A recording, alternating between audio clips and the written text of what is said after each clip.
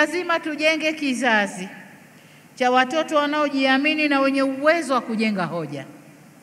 Vijana ambao watatambua kuwa ukubwa wa hoja yake sio sauti yake, ukali wa sauti yake, wala ukali wa maneno yake, bali ni hoja yenyewe na utulivu na ufasaha wa kuiwasilisha hoja yenyewe. Kule kusema hoja kwa sauti kali na ukali na kufoka, kule sio kujenga hoja, ni kupotosha hoja.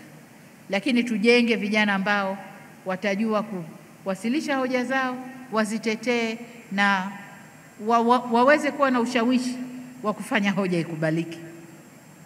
Lakini pia tujenge vijana wanaojitambua kwamba madai ya usawa kijinsia ni madai halali kwa mujibu wa ibara ya 12 ya katiba yetu. Si jambo la kuzushwa na Dorothy Gwajima au jambo la kuzushwa na serikali, hapana.